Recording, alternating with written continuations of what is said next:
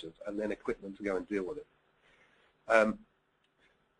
And then when you start thinking about the strategy, one of the key enablers is going to be how do you engage with people and what internal communications do you need in order to make sure that people understand what that strategy is and that you bring it to life.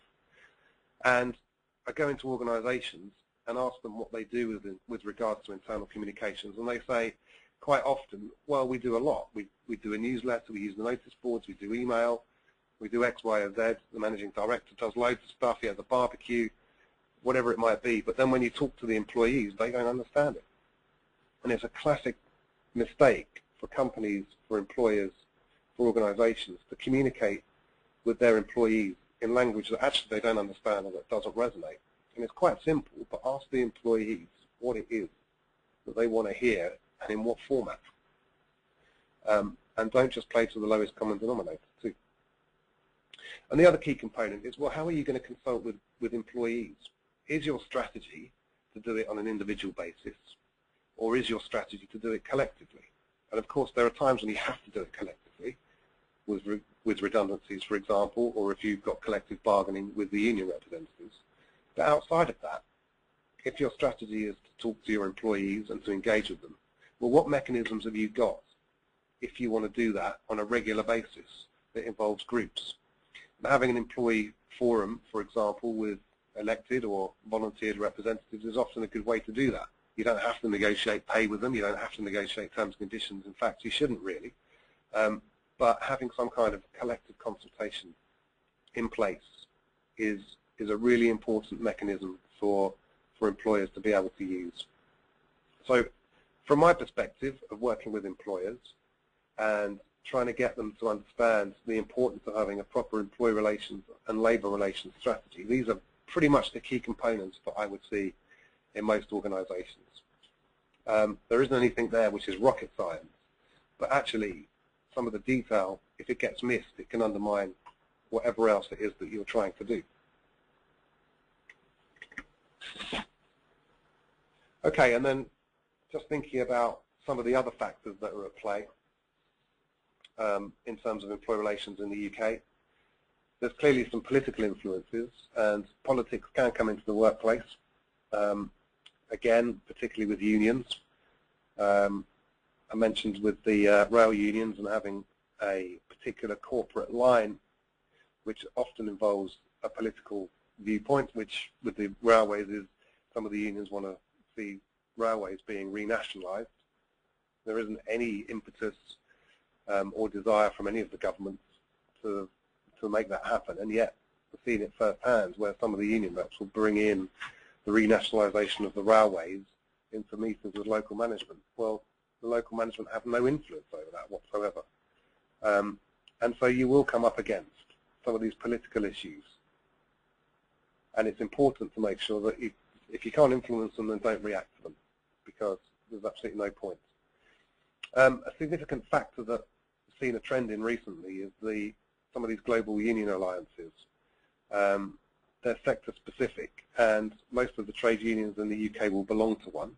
The biggest one is UNI, which unites, and a couple of the other Prospect and Usdorf, for example, are members of. And the idea behind those is that they target multinationals in order to get some kind of a framework agreement in place so that whenever those employers are doing anything, regardless of whichever country in the world it is, that they adopt a framework which will mean that they will set out certain terms and conditions, albeit that they will have to be localized, but certain principles around how these employers are going to operate. And it can be significantly restrictive, actually, for some employers and for most employers. And most employers will resist signing these agreements. But if you're a very high-profile international brand, you can bet your life that somewhere a global union alliance will be looking at you, and sooner or later you'll have an approach from one of them. So maybe it's important to be prepared for that. And if you look on the UNI website, for example, G4S have signed an agreement with the UNI across the world. And what the Global Union Alliance UNI have done was to put lots and lots of pressure on the supply chain and the stakeholders, so the G4S ended up signing it because they felt that was in their best interest. Some of the other factors again around legislative changes, and there's been talk that the government is going to change legislation on industrial action, for example. The CBI have been lobbying hard for that, so that there has to be a majority of the workforce voting in favour of industrial action, not just a majority of those that vote. So the situation of 10% of the workforce voting in favour of industrial action, meaning that there can be illegal strike changes. Not actually sure that changes to legislation in themselves, particularly in that area, are going to make any difference, because it doesn't solve the issue that you have an employee relations problem on the sites in the employer. But there's a very heavy lobby for legislative changes. One of the big issues actually is that there's 25% of the workforce is unionised and 75% aren't. And so what do they do about talking to the 75% that aren't unionised? And how do they educate those guys? We end up playing to the lowest common denominator again. And lastly, what happens with the public sector unions is going to be fairly monumental as far as employee relations in most workplaces is going to be concerned, because it will have a knock-on effect. And if the public sector unions get their way and have some coordinated strike action, some of them have made it quite clear that they'd like to go back to having a national strike. Well, then I think that will certainly have an impact on the shape of industrial relations in the country for a while. At the moment, it seems to be holding okay, because some of the big unions are trying to get more involved in engagement than they are in conflict. But I think it's only a matter of time, actually. So those are some of the other factors. And as I said at the beginning, this is a personal view based on being in and out of organisations a lot, and just to comment on what I see and what I feel are some of the most important factors relating to employee relations, and then imparting some of that experience in the hope that some of it may resonate with you. But I've really come to the end of my 20 minutes, so if anyone has any questions, please feel free to ask away. Thanks a lot. Oh yeah, sorry, we can't actually hear you, so if you want to ask a question, then please type it.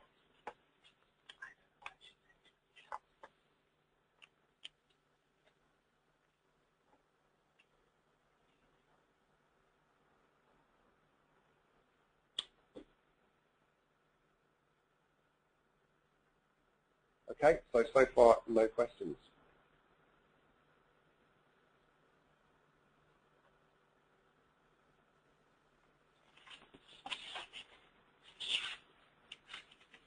Maybe it's that because people can't type quickly.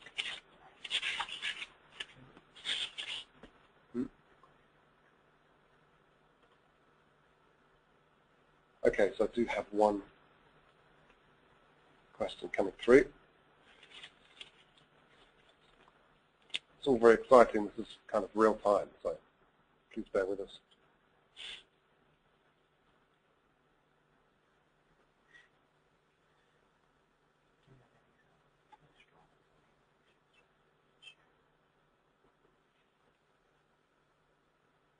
Okay.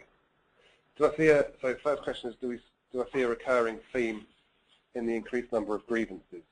But sadly, one of the things around grievances, as I mentioned, is performance issues. So when people are having conversations with line managers that they don't like, it seems to be quite common for those people to then take out a grievance because they feel affronted that they're being spoken to about their performance. So that's quite an increased trend. Over and above that, it's just general workplace issues, but employees seem to be much more acute at using grievance procedures, and in fact almost encouraged to use grievance procedure. Another question is, do you have any examples? Oh, the presentation seems to have gone back to page 1. It does, because I was trying to do the sales pitch on